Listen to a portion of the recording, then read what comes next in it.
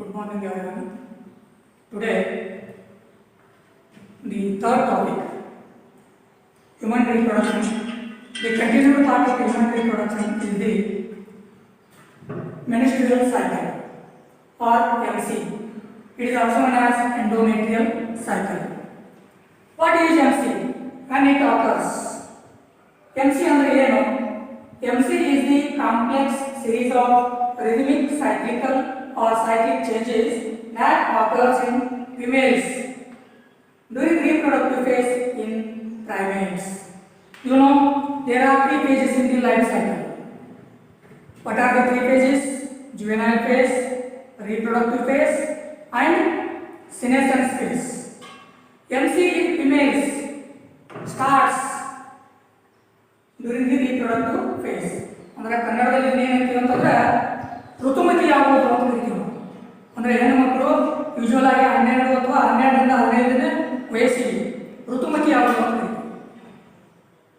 ಇಲ್ಲ almost all ಪ್ರೈಮೇಟ್ಸ್, ಈ ಎಲ್ಲ ಪ್ರೈಮೇಟ್ಸ್ಗಳಲ್ಲೂ ಈ ಥರದ ಏನು MC ಅನ್ನುವಂಥ ಕ್ರಿಯೆ ಎಲ್ಲ ಪ್ರಾಣಿಗಳಲ್ಲಿ ಅಂದರೆ ಪ್ರೈಮೇಟ್ಸ್ಗಳಲ್ಲಿ ಎಲ್ಲದರಲ್ಲೂ ನಡೆಯುವಂಥ ಒಂದು ಕ್ರಿಯೆ.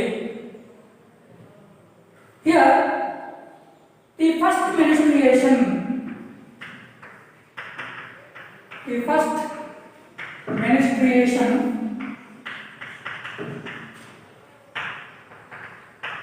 begins.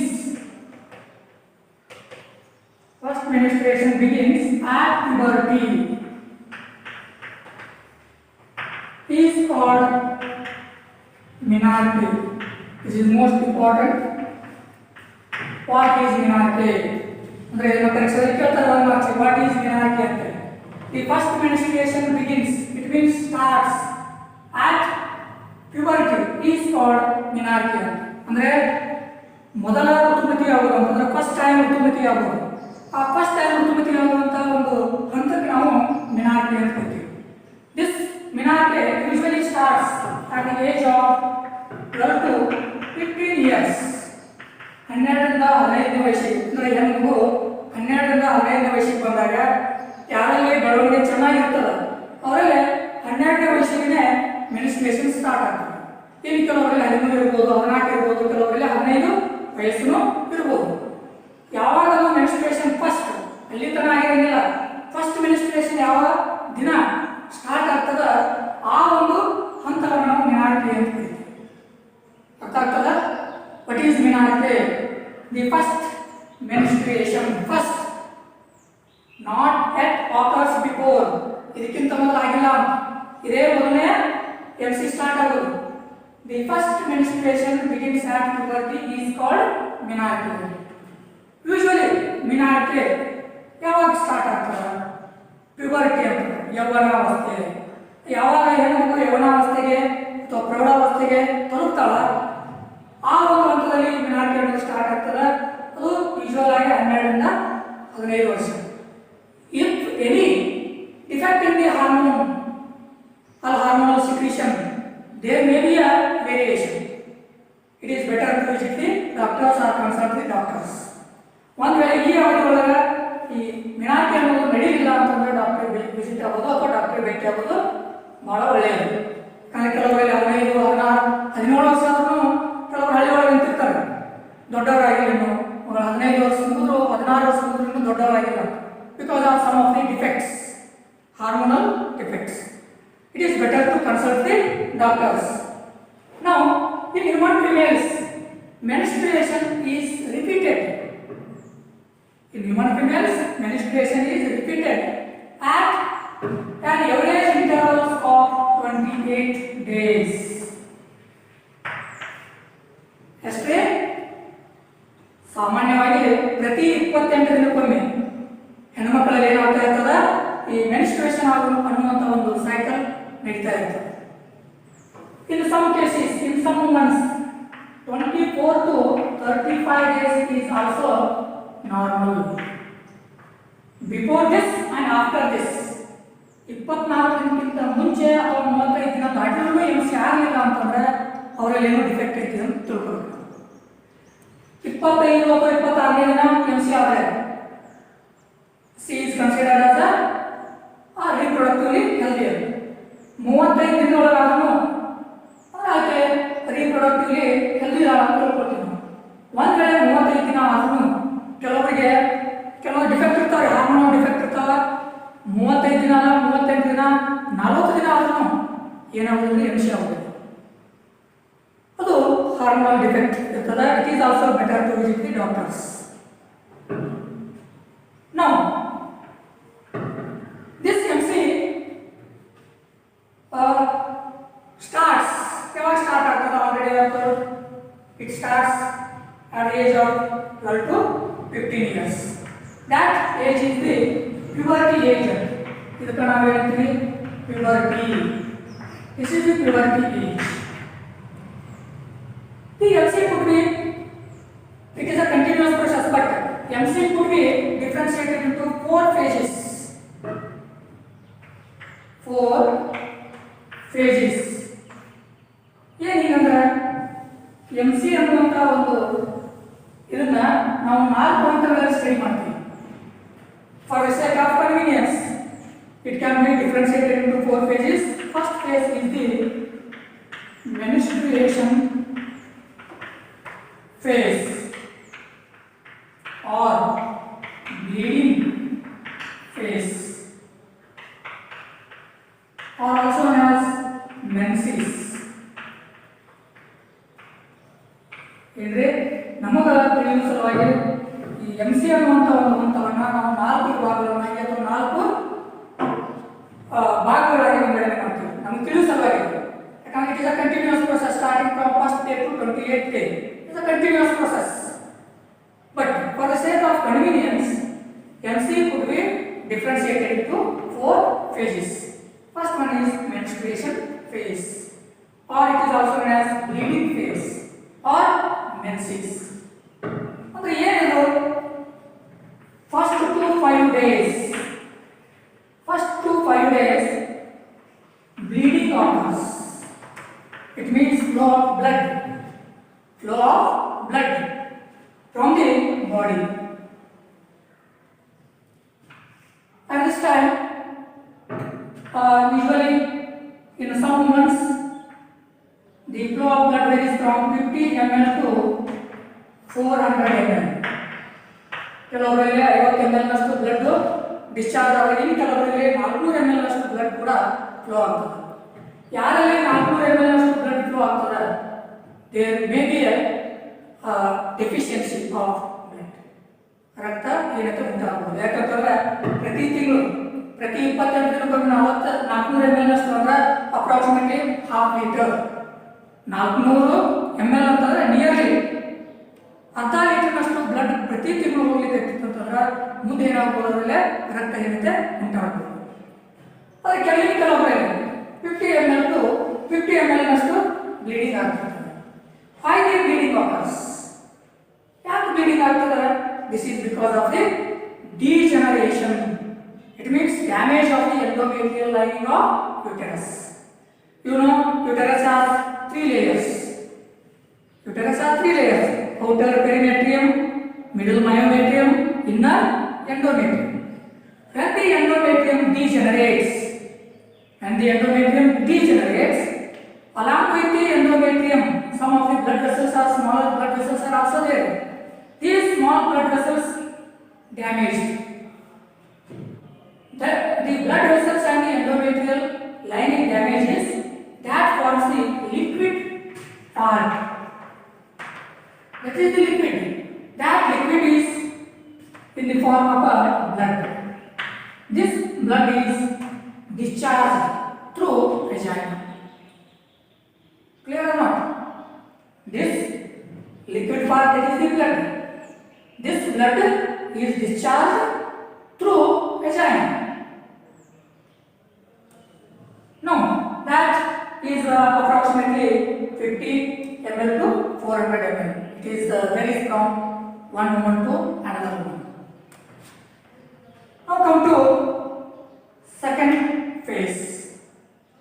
Is pre-ovulatory phase. Pre-ovulatory phase. Pre-ovulatory, it means before the actual release of ovum, ಅಂದ್ರೆ ಅಂಡಾಣು ಅಥವಾ ತತ್ತಿ ಬಿಡುಗಡೆ ಆಗೋಕ್ಕಿಂತ ಮುಂಚೆ ಆ ರೀಪ್ರೊಡಕ್ಟಿವ್ ಟ್ರ್ಯಾಕ್ ಒಳಗಡೆ ಏನೇನು ಬದಲಾವಣೆಗಳಾಗ್ತವೆ. ಬಿಫೋರ್ ದಿ ಓವುಲೇಷನ್ ಅಂದ್ರೆ ಪ್ರೀ ಓವುಲೇಟರಿ, ಬರೆಯುವಾಗ ಸ್ಪೆಲ್ಲಿಂಗ್ ನೋಡಬೇಕು, ಪ್ರೀ ನಾಟ್ ದಿಸ್ ಪ್ರೀ, ಈ ಪ್ರೀ ಅಲ್ಲ, ಪ್ರೀ ಅಂತಂದ್ರೆ ಬಿಫೋರ್. ಆಕ್ಚುಯಲ್ ಆಗಿ ಓವಮ್ ರಿಲೀಸ್ ಆಗೋಕ್ಕಿಂತ ಮುಂಚೆ ಏನೇನು ಸಿದ್ಧತಾ ಕ್ರಿಯೆಗಳು ಇರ್ತೀವಿ ನಾವು ಯಾವ ರೀತಿ ಪಾಠ ಮಾಡ್ಬೇಕಾದ್ರೆ ಮೊದಲು ಓದ್ಕೊಂಡು ಬರಬೇಕು, ಅದಕ್ಕೆ ಏನೇನು ಬೇಕಾಗ್ತದ ಸಿದ್ಧತೆಗಳನ್ನು ಮಾಡ್ಕೊಳ್ತೀವಲ್ಲ, ಆ ಥರ ತತ್ತಿ ಬಿಡುಗಡೆ ಆಗೋಕ್ಕಿಂತ ಮುಂಚೆ ಏನು ಆ ತತ್ತಿ ಬಿಡುಗಡೆ ಆಗೋಕ್ಕಿಂತ ಮುಂಚೆ ಏನೇನು ಕ್ರಿಯೆಗಳು ನಡೀತಾವ ಆ ಒಂದು ಹಂತವನ್ನು ನಾವು ಪ್ರೀ ಓವುಲೇಟರಿ ಫೇಸ್ ಅಂತ ಕರೀತೀವಿ. It starts on 6th day of LC. ಯಾವಾಗ ಸ್ಟಾರ್ಟ್ ಆಗ್ತದೆ? ಇದು 6ನೇ ದಿನ ಸ್ಟಾರ್ಟ್ ಆಗ್ತದೆ. ಯಾವ 6ನೇ ದಿನ? ಈ 28 ದಿನದ ಸೈಕಲ್ ಅದ, 1ರಿಂದ 5 ದಿನ ಬ್ಲೀಡಿಂಗ್ ಸ್ಟೇಜ್ ಅಂತ ಹೇಳಿದ್ವಿ ನಾವು. ಇನ್ನ ಇಲ್ಲಿ ಮುಗಿತಲ್ಲ 5 ದಿನ, 6ನೇ ದಿನದಿಂದ ಪ್ರೀ ಓವುಲೇಟರಿ ಫೇಸ್ ಸ್ಟಾರ್ಟ್ ಆಗ್ತದೆ and last till 13th day. 6ನೇ ದಿನ ಸ್ಟಾರ್ಟ್ ಆಗ್ತದೆ, 11ನೇ ದಿನ ಎಂಡ್ ಆಗ್ತದೆ. During this phase two important events takes place in the reproductive tract. ಎರಡು ಮುಖ್ಯವಾದಂಥ ಇವೆಂಟ್ಸ್ ನಡೀತವೆ ನೋಡಿ. ಅವು ಏನೇನು? ಮೊದಲನೇ ಇವೆಂಟ್ ಏನು? Transformation of primary follicles into mature Graafian follicles. Transformation of primary follicles into mature Graafian follicles ಅಂದ್ರೆ it is ready to release the ovum ಅಂತ ಅಂದಾಗ, ಓವಮ್ ರಿಲೀಸ್ ಆಗಕ್ಕೆ ಏನು ಬೇಕು? ಪ್ರೈಮರಿ ಫಾಲಿಕಲ್ ಅಂತ ಏನಿರ್ತಾವಲ್ಲ, ಯಾಕಂದ್ರೆ millions of follicles are present in the ovary. ಆ millions of primary follicle secondary follicle ಆಗಿ ಟ್ರಾನ್ಸ್ಫಾರ್ಮ್ ಆಗ್ತವ, ಸೆಕೆಂಡರಿ ಇದ್ದು ಟರ್ಸರಿ ಆಗ್ತವ, ಟರ್ಸರಿ ಇದ್ದು ಮ್ಯಾಚೂರ್ ಗ್ರಾಫಿಯನ್ ಫಾಲಿಕಲ್ ಅಂತ ಆಗ್ತವೆ. ಆ ಮ್ಯಾಚೂರ್ ಗ್ರಾಫಿಯನ್ ಫಾಲಿಕಲ್ಗೆ ಮ್ಯಾಚೂರ್ ಫಾಲಿಕಲ್ ಏನಾಯ್ತು? ಗ್ರಾಫಿಯನ್ ಫಾಲಿಕಲ್ ಅಂತ ಕರಿತೀವಿ. ಯಾಕೆ ಗ್ರಾಫಿಯನ್ ಫಾಲಿಕಲ್ ಅಂತ ಕರಿತೀವಿ? Because it was first discovered by Van Craft. It is the name of the scientist. In honor of him, the mature follicles are also known as the Graphian follicles. First event is transformation of primary follicles into what? Graphian follicles. Primary follicles are transformed into mature follicles. ಅಥವಾ ನೀವು Graphian follicles ಅಂತ ಬರೀಬಹುದು. Clear? This is the first event that takes place or occurs during the pre-ovulatory phase. ಈಗಾಗಲೇ ಒಂದು ಸಲ ಪರೀಕ್ಷೆಯಲ್ಲಿ ಕೇಳಿದರೆ what are the events? Name the two events which take place during the pre-ovulatory phase. ಒಂದೇ event ಏನು? ಒಂದು transformation of primary follicles into mature follicles or Graphian follicles. Clear? Then second event ಏನು? Regeneration. ಇಲ್ಲಿ ನೋಡಿ, regeneration of endometrium.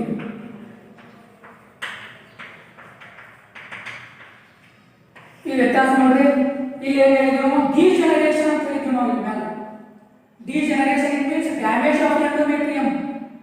ಯಾಕೆ damage endometrium ರೀಫಾರ್ಮ್. ಇಲ್ಲೇ loss ಆಗಿತ್ತು, damage ಆಗಿ ಹೋಗಿತ್ತು, ಅದು ಕಳಚಿ ರಕ್ತನಾಳಗಳ ಜೊತೆ ಆ ಎಂಡೋಮೆಟ್ರಿಯಲ್ ಲೈನಿಂಗ್ ಕಳಚಿ ಅಥವಾ ಡ್ಯಾಮೇಜ್ ಆಗಿ ಹೊರಗೋಗಿತ್ತು in the form of blood. ಅದಕ್ಕೆ ನಾವು ಮೆನ್ಸಿಸ್ ಆಫ್ ಬ್ಲೀಡಿಂಗ್ ಅಂತ ಹೇಳಿದ್ವಿ. ಆದರೆ ಡ್ಯಾಮೇಜ್ ಆದಂಥ ಎಂಡೋಮೆಟ್ರಿಯಂ ಏನಾಗ್ತದೆ? ಇಲ್ಲೇ ರೀಫಾರ್ಮ್ ಆಗ್ತದೆ. That is the regeneration of the endometrial lining. Now it is ready to release the ovum. Clear? Next third phase is the ovulatory phase. Ovulatory phase. Ovulation ಅಂದ್ರೆ release of egg or release of ovum from the mature Graphian follicle is called ovulation. ಆ ಒಂದು ಅಂಡಾಣು ಅಥವಾ ತತ್ತಿ ಬಿಡುಗಡೆ ಆಗುವಂಥ ಕ್ರಿಯೆಗೆ ovulation ಅಂತ ಕರಿತೀವಿ. ಆ ಹಂತವನ್ನು ಓವುಲೇಟರಿ ಫೇಸ್ ಅಂತ ಕರಿತೀವಿ. ಯಾವಾಗ ರೀಜೆನರೇಷನ್ ಆಫ್ ಎಂಡೋಮೆಟ್ರಿಯಮ್ ಮತ್ತು ಇನ್ನೊಂದೇನು transformation of the follicles are primary follicles into matured follicles ಆಗ್ತದೆ. At the same time high secretion of LH and FSH. LH and FSH. Luteinizing hormone and the follicle stimulating hormone. ಜಾಸ್ತಿ ಪ್ರಮಾಣ ಯಾವಾಗ endometrium ರೀಫಾರ್ಮ್ ಆಗ್ತದೆ, ಯಾವಾಗ endometrium ರೀಫಾರ್ಮ್ ಆಗ್ತದೆ automatically LH and FSH secretion ಆಗೋದು ಅಥವಾ ಬಿಡುಗಡೆ ಆಗೋದು ಹೆಚ್ಚಾಗ್ತಾ ಹೋಗುತ್ತೆ. ಯಾವಾಗ LH ಹೆಚ್ಚಾಗ್ತಾ ಹೋಗ್ತದೆ usually on the mid cycle of the MC. Mid cycle, mid 21, 28 half ಅಂತಂದ್ರೆ 14th ಡೇ. ಹೌದಾ? ಇದು ನಾವು 14th ಡೇ ಅನ್ನೋದು ಮಿಡ್ ಸೈಕಲ್ ಅಂತ ಹೇಳ್ಬೋದು, ಅಥವಾ on the 14th day of MC because of high secretion or high sludge of LH. When the high secretion of LH, it induces the rupturing of the Graphene follicle. ಯಾವಾಗ LH ಜಾಸ್ತಿ ಬಿಡುಗಡೆ ಆಗ್ತದೆ, it acts on the Graphene follicle or the already Graphene follicles are formed. When the LH is secretion higher level of the LH, it induces the rupturing of Graphene follicle. When the Graphene follicle become ruptured, the egg or the ovum comes out.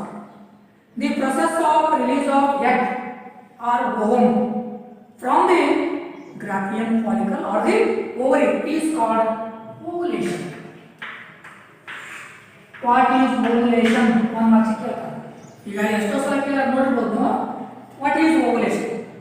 The process of release of egg. ಏನು? The process of release of egg from the ruptured Graphene follicle. From the ruptured Graphene follicle is called ovulation. ಅಂದ್ರೆ ಯಾವಾಗ already ನಾ ಹೇಳಿದೆ ಈ ಅದರೊಳಗಿನ pre ಓವ್ಯುಲೇಟರಿ face ಒಳಗಿನ primary follicle ಇದ್ದು matured follicle ಆಗಿ ಪರಿವರ್ತನೆ ಆಗ್ತಾ ಅಂತ ಹೇಳಿದ್ವಿ. ಆ ಮ್ಯಾಚೂರ್ಡ್ ಫಾಲಿಕಲ್ಗೆ LH ಏನು ಮಾಡ್ತದ, ಅದು ಒಡೆಯುವಾಗ ಉತ್ತೇಜನ ಮಾಡ್ತದೆ. ಯಾವಾಗ LH ಹೆಚ್ಚು ಬಿಡುಗಡೆ ಆಗ್ತದೆ automatically on the 14th day LH ಆವಾಗ ಹೆಚ್ಚು ಬಿಡುಗಡೆ ಆಗ್ತದೆ ಅಥವಾ high secretion of LH, it induces the rupturing. Rupturing means breaking down of the Graphene follicle. ಯಾವಾಗ ಅದು ಬ್ರೇಕ್ ಡೌನ್ ಆಗ್ತದೆ automatically the egg or the ovum comes out. That process of release of egg from the ruptured Graphene follicle is called ovulation. ಇಲ್ಲಿ ಇನ್ನೊಂದು question ಬರ್ತದೆ, on which day ಅಥವಾ on what day of MC ovulation occurs? On 14th day. ಇಷ್ಟಲ್ಲಿ ನೀವು ಇಷ್ಟ ಬರೋದು ಒಂದು marks ಮಾಡ್ತಾರೆ. 14th ಡೇ 14ನೇ ದಿನ ovulation. Ovulation occurs on the 14th day. Hi ಅಂತ ಕೇಳ್ತಾರೆ ಮತ್ತೆ. ಅದು ಗೊತ್ತಿರಬೇಕಲ್ಲ ನಿಮಗೆ. ಅಲ್ರಿ ಯಾವಾಗ ಆಗ್ತದೆ ಅಂತಂದ್ರೆ 14ನೇ ದಿನ ಇರುತ್ತೆ ಕರೆಕ್ಟ್. ಅದೇ ದಿನ ಯಾಕೆ ಆಗ್ತದೆ? This is because of the high secretion of LH. ಯಾಕೆ? This is because of high secretion of LH. ಜಾಸ್ತಿ ಪ್ರಮಾಣದಲ್ಲಿ LH ಬಿಡುಗಡೆ ಆಗೋದ್ರಿಂದ ಇದು ಗ್ರಾಫಿಯನ್ ಫಾಲಿಕಲ್ ಮೇಲೆ ಪ್ರಭಾವ ಬೀರ್ತದೆ. ಆ ಗ್ರಾಫಿಯನ್ ಫಾಲಿಕಲ್ ಏನು ಮಾಡ್ತೈತಿ? ಬರ್ಸ್ಟ್ ಆಗ್ತದೆ, ಅಂದ್ರೆ ರಪ್ಚರ್ ಆಗ್ತದೆ. ರಪ್ಚರ್ ಆದಾಗ automatically the egg or ovum comes out. Now, fourth phase, post ovulatory phase. Post ovulatory. The name itself says post ovulatory. After ovulation. After ovulation 14ನೇ ದಿನ ನಾನು ಬಿಡುಗಡೆ ಆಗ್ತದೆ. ಇನ್ನು ಮುಂದೆ 28 ದಿನ ತನಕ ಏನೇನು ಕ್ರಿಯೆಗಳು ನಡೀತಾವೆ? This post ovulatory phase begins on 16th day and lasts on the 28th day.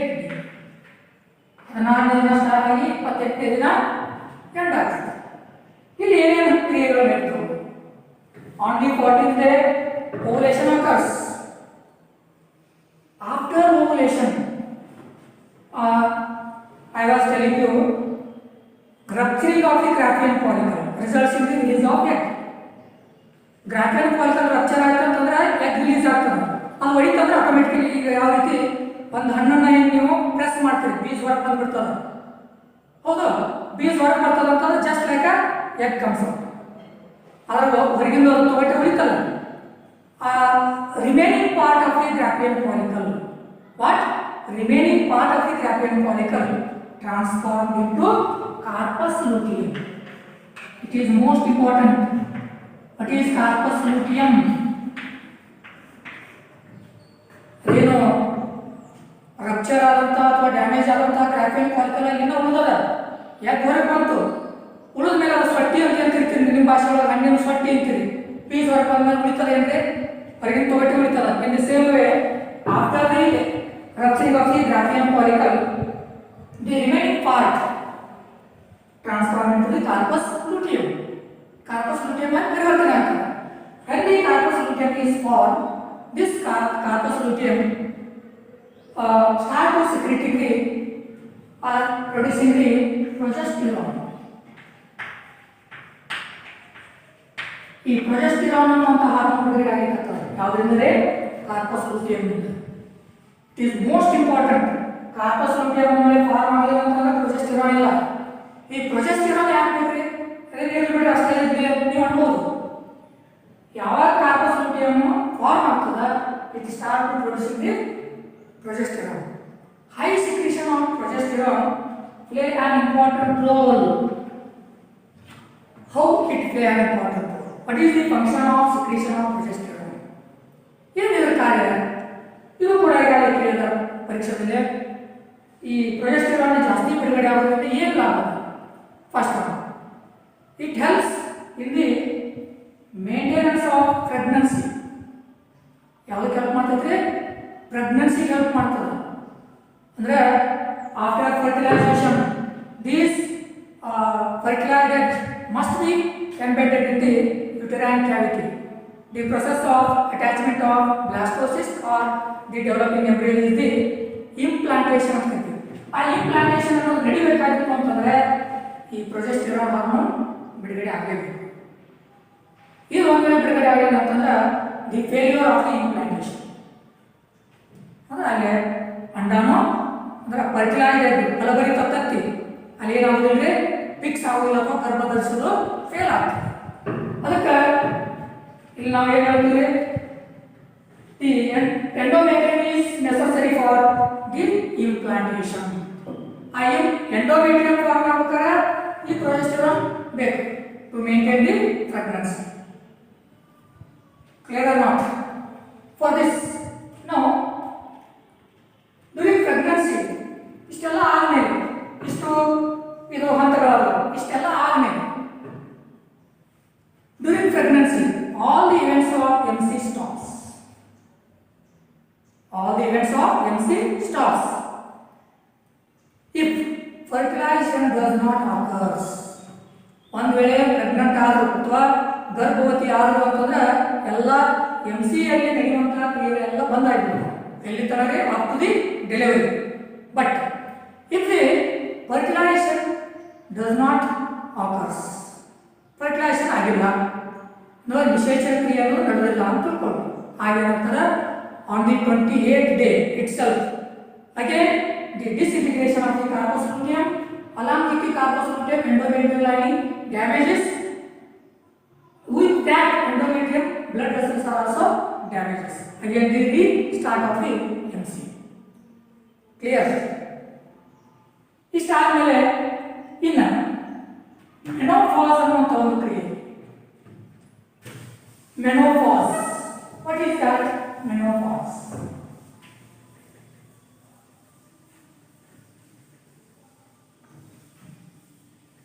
In human females, MC stops or ceases around the age of 50.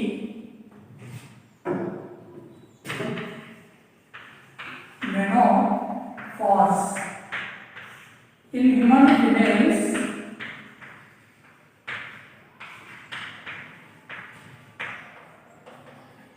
MC or menstrual cycle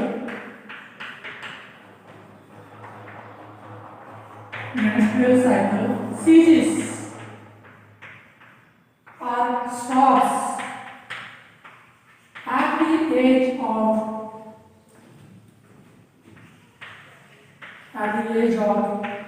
50 is called menopause. Opposite word of a menarche. Menarche opposite. ಏನಂದ್ರೆ when the female attains 50 years of age, the menstrual cycle stops. ಅಂದ್ರೆ ಯಾವಾಗ ಒಬ್ಬ ಹೆಣ್ಣು ಮಗಳು 50ನೇ ವಯಸ್ಸಿಗೆ reach ಆಗ್ತಾಳ ಅಥವಾ 50 ವರ್ಷ ಮುಟ್ತಾಳ, ಆ ಒಂದು ಏಜ್ ಅಂತಂದ್ರೆ ಏನಾಗ್ತದೆ, ಈ MC ಅನ್ನುವಂಥ ಅಥವಾ ಮೆನ್ಸ್ಟ್ರುಯಲ್ ಸೈಕಲ್ ಅನ್ನುವಂಥದ್ದು ಬಂದ್ ಆಗ್ತದೆ ಅಥವಾ ನಿಲ್ತದೆ. ಅಂದ್ರೆ ಮಕ್ಕಳಾಗುವಂಥ ಚಾನ್ಸಸ್ ಅಲ್ಲಿಗೆ ಮುಗಿತು ಅಂತ. ಆ ಒಂದು ಹಂತವನ್ನ ಮೆನೋಪಾಸ್ ಅಂತ ಕರಿತೀವಿ. ಇದರ ಅಪೋಸಿಟ್ ವರ್ಡ್ ಅಂದ್ರೆ ಮೆನಾರ್ಕೆ ಅಂತ. What is menarche? ಮೆನಾರ್ಕೆ ಅಂತಂದ್ರೆ ಏನು, ದಿ ಬಿಗಿನಿಂಗ್ ಆಫ್ ಅಥವಾ start of MC during puberty. Or opposite, in human females, menstrual cycle or MC cease it means stop. Cease ಅಂತಂದ್ರೆ ಏನು? ಸೀಸ್ ಮಾಡೋದಂತಿರ್ತಲ್ಲ, ಸೀಸ್ ಮಾಡೋದು ನಿಮ್ಮ ಭಾಷೆಗಳಂತ ಹಳ್ಳಿ ಒಳಗೆ ಅಥವಾ ಒಂದು ಅಂಗಡಿ ಸೀಸ್ ಮಾಡಿದ್ರು. ಏನು ಸೀಸ್ ಮಾಡೋದು ಅಂತಂದ್ರೆ ಬಂದ್ ಮಾಡೋದು. ಅದೇ ರೀತಿಯಲ್ಲಿ ಯಾವಾಗ ಹೆಣ್ಣುಮಗಳು 50ನೇ ವಯಸ್ಸಿಗೆ ರೀಚ್ ಆಗ್ತಾಳ, ಆಗ ಆಟೋಮೆಟಿಕಲಿ ಈ MC ಅನ್ನೋದು ಸ್ಟಾಪ್ ಆಗ್ತದೆ. ಆ ಸ್ಟಾಪ್ ಆಗುವಂತ ಒಂದು ಕ್ರಿಯೆಗೆ ನಾವು ಹೇಳ್ತೀವಿ ಮೆನೋಪಾಸ್ ಅಂತ ಕರಿತೀವಿ.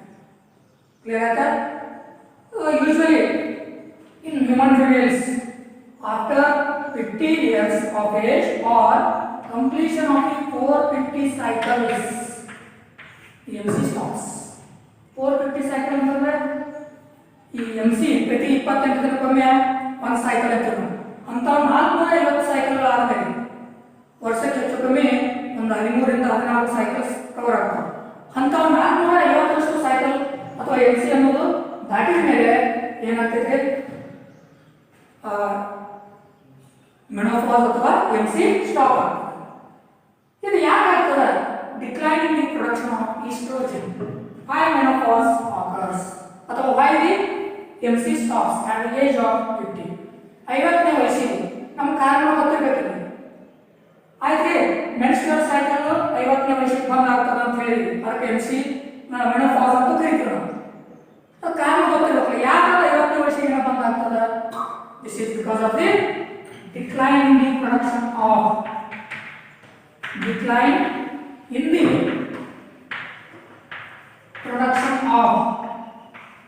estrogen and progesterone. ಈ ಎರಡು ಹಾರ್ಮೋನ್ಗಳು ಬಿಡುಗಡೆ ಆಗೋದು ಕಡಿಮೆ ಆಯಿತು ಅಥವಾ ಬಿಡುಗಡೆ ಆಗೋದು ಸ್ಟಾಪ್ ಆಯಿತು ಅಂತಂದ್ರೆ ಆಟೋಮೆಟಿಕಲಿ ಏನಾಗ್ತಿತ್ತು, ಮೆನೋಪಾಸ್ ಅಥವಾ MC stop. Why MC stops at the age of 50 ಅಂತ ಕ್ವಶನ್ ಬರ್ಬೋದು, ತನ್ನ ಬಂದ ಬರ್ಬೋದು. ಅಥವಾ MC stops or ceases around the age of 50. Why ಅಂತ ಕೇಳ್ತಾರೆ. ಆಗ ನೀವೇನು ಬರಬೇಕು, decline in the production of estrogen and progesterone. ಈ ಎರಡು ಹಾರ್ಮೋನ್ಗಳು ಉತ್ಪತ್ತಿ ಆಗೋದು ಕಡಿಮೆ ಆಗ್ತದೆ. ಯಾವಾಗ ಉತ್ಪತ್ತಿ ಆಗೋದು ಕಡಿಮೆ ಆಗ್ತದೆ ಆಟೋಮೆಟಿಕಲಿ MC ಸ್ಟಾಪ್ ಆಗ್ತದೆ. ಕ್ಲಿಯರ್? ಈಗ ಈ ಉತ್ಪತ್ತಿ ಆಗೋದು ಯಾಕೆ ಕಡಿಮೆ ಆಗ್ತದ ಅದು ಗೊತ್ತಾಗುತ್ತಿಲ್ಲ. ಆದ್ರೆ ನೀವು ಕ್ವಶನ್ ಕೇಳೋದಿಲ್ಲ ಅಂತ ನಾವು ಹೇಳ್ಬೇಕಾಗ್ತದೆ. Decline in the production or lack of secretion of estrogen and progesterone. ಇದು ಲ್ಯಾಕ್ ಆಯಿತು ಅಥವಾ ಪ್ರೊಡಕ್ಷನ್ ಕಡಿಮೆ ಆಯಿತು, ಆಟೋಮೆಟಿಕಲಿ MC ಸ್ಟಾಪ್ ಆಗ್ತದೆ ಅಂತ ಹೇಳ್ತೇವೆ ನಾವು. ಆಯ್ತು, ಇವು ಯಾಕೆ ಕಡಿಮೆ ಆಗ್ತಾವ ಅಥವಾ ಇವು ಯಾಕೆ ಉತ್ಪತ್ತಿ ಆಗಂಗಿಲ್ಲ ಅದು ಗೊತ್ತಾಗುತ್ತೆ ನಮಗೆ. ಇವು ಯಾಕೆ ಉತ್ಪತ್ತಿ ಆಗಂಗಿಲ್ಲ? Because of the absence of follicles. Absence of follicles. ಅಂದ್ರೆ follicles ಅಂತ ಏನು ಹೇಳ್ತೀವಿ ನಾವು, primary follicle, secondary follicle, mature follicle ಅಂತ ಹೇಳ್ತೀವಿ. ಬರ್ತಾ ಬರ್ತಾ ಬರ್ತಾ ಅವ್ರ ಸಂಖ್ಯೆ ಕಡಿಮೆ ಆಗ್ತಾ ಕೊನೆಗೆ ಆ ಫಾಲಿಕಲ್ಸ್ ಎಲ್ಲ ಡ್ಯಾಮೇಜ್ ಆಗೋಗ್ತಾವ, ಫಾಲಿಕಲ್ಸ್ ಖಾಲಿ ಆಗ್ತಾವ. ಯಾವಾಗ ಫಾಲಿಕಲ್ಸ್ ಖಾಲಿ ಆಗ್ತಾವ ಆಟೋಮೆಟಿಕಲಿ ಕಾರ್ಪಸ್ ಲುಟೇಮ್ ಅನ್ನೋದು ಫಾರ್ಮ್ ಆಗಂಗಿಲ್ಲ. ಕಾರ್ಪಸ್ ಲುಟೇಮ್ ಇಲ್ಲ ಅಂತಂದ್ರೆ ಪ್ರೊಜೆಸ್ಟೆರಾನ್ ಇಲ್ಲ, ಪ್ರೊಜೆಸ್ಟೆರಾನ್ ಇಲ್ಲ ಅಂತಂದ್ರೆ ಇನ್ನುಳಿದ ಹಾರ್ಮೋನ್ಗಳು ಇಲ್ಲ, ಇನ್ನುಳಿದ ಹಾರ್ಮೋನ್ಗಳು ಇಲ್ಲ ಅಂತಂದ್ರೆ automatically MC stops. Yes. If you have any doubts, you may ask the questions. Call me, my personal